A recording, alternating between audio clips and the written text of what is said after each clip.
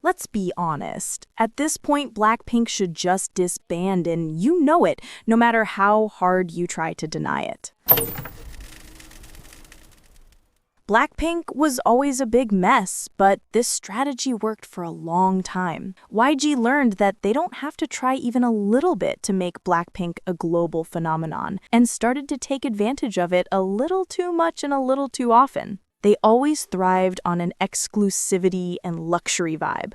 Blackpink's whole strategy was to make them a luxury product that you get once in a while and you need to be happy with it for the next few years. They were like an item from a wealthy brand you can so easily get. And when you finally got the final product, you were left with the feeling that it wasn't worth the money you paid, but you still want more and wait for another occasion to buy it. This approach, even if frustrating for many people, worked well for many years. Even if their music wasn't the best, it was extremely awaited, which made every single one of their comebacks extremely successful. But since Blackpink left YG for their individual activities, everything went downhill even more than before. No matter how much Blinks tried to deny it and lie to themselves that Blackpink is still working like they used to, you need to admit that these girls are clearly not interested in group activities anymore. Since the beginning of their careers, they were more like 4 soloists squished into one group. Well,